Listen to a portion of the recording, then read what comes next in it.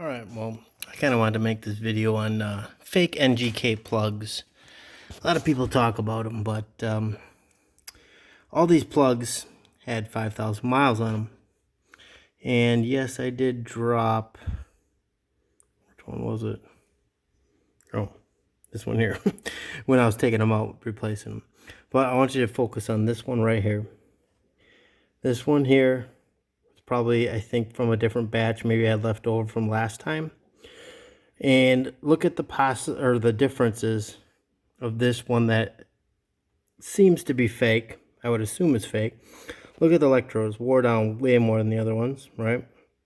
Now look at the ceramic surrounding the electrode. The ceramic is visibly bigger than the other ones. Also look at the angle of the arm that goes to the electrode. It's different, obviously. The 14-point hex is taller on the fake plug, and also these little codes right here are not on the fake one. And if you look, the writing on them is visibly darker on the fake one, assumed fake one I should say. And this one is red, has like a reddish tint, I'm guessing from the heat. But they all had 5,000 miles on them. And you can kind of see the difference. It's these plugs right here. I have bought some from Amazon in the past. These are the 95770s, which are kind of popular in the BMW N54 motors for running one step cooler. And pretty much what I'm saying is you can maybe use this as a reference to see if you maybe have a fake plug. The newer NGK ones that are one step cooler have a different model. I got these from FCP Euro. Have a different model number. They're 97968. But yeah, these are the 95770s. And you can definitely tell that there's some big differences there. The iridium, or whatever it's called, is visibly wore down more, and you can't really see it like you can with all the other plugs, including the one that I dropped right there. And I actually had the ceramic break on potentially a fake plug. The ceramic broke. It fell down into the cylinder. It messed up my piston. It actually put a bunch of nicks in it. Luckily, the cylinder walls looked good, and I haven't seen any problems with my turbo, so it probably went to the turbine all right.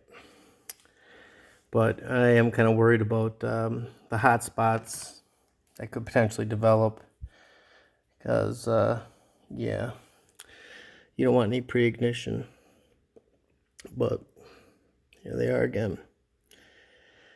Possibly some things to look out for if you buy NGK plugs. But yeah, I'll leave the video there just to let you guys see kind of what you could possibly look for on these plugs. There might even be more visible things that I haven't really said that you might be able to tell. But yeah, that number on there is not on this plug anywhere. But the rest of them, some of it's covered up, but you can see it. They all have that number on there.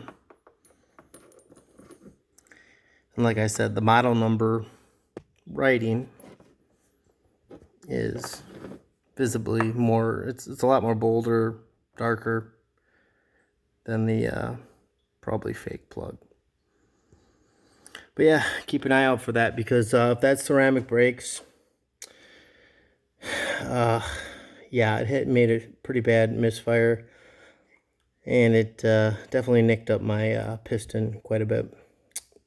But you don't want to be stuck with something where the ceramic breaks and it scratches up your cylinder walls or something.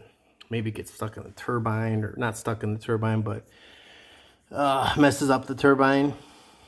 You know, those things spin quite fast. When it gets hit with you know, little particles like that ceramic there, it could do some major damage.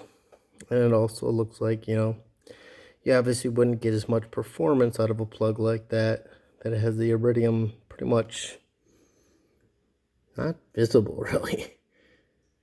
But yeah, just a little video to show you guys some of the possible differences in the fake plugs, which there are a lot of them on Amazon, eBay. Admittedly, I did buy most of these plugs on Amazon for pretty much the same price as the OEM ones.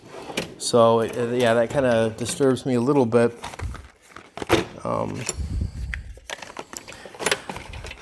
It disturbs me a little bit that I paid OEM prices for a plug that definitely wasn't right. Let's see this one once. This is from a change before that. This one doesn't fit the criteria of the fake one,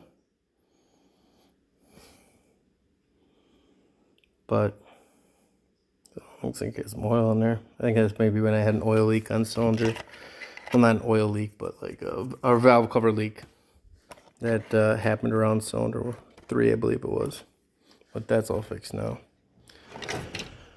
But yeah, just a little reminder for anybody that's, you know, working on these N54s to kind of watch out for, especially if you're running those one-step cooler plugs, or I guess any plug for that matter. You know, kind of look for the difference. But yeah, this was the cylinder here that the ceramic broke off and started misfiring like crazy, obviously. And I swapped the coils, and I was like, what? The misfire's still on one. So I pulled the plug, and I seen that, and I was like, oh boy. So then I had to do a bore scope down in there. I did not like what I seen on the piston. But hopefully this helps some people out in, I don't know, identifying some fake Chinese plugs, counterfeit plugs, whatever you want to call them. Because I mean, they all have the words Japan on there, but yeah, maybe even some of like the little markings right there might be a little bit bigger and different than the fake one. I mean, the bigger on the fake one, but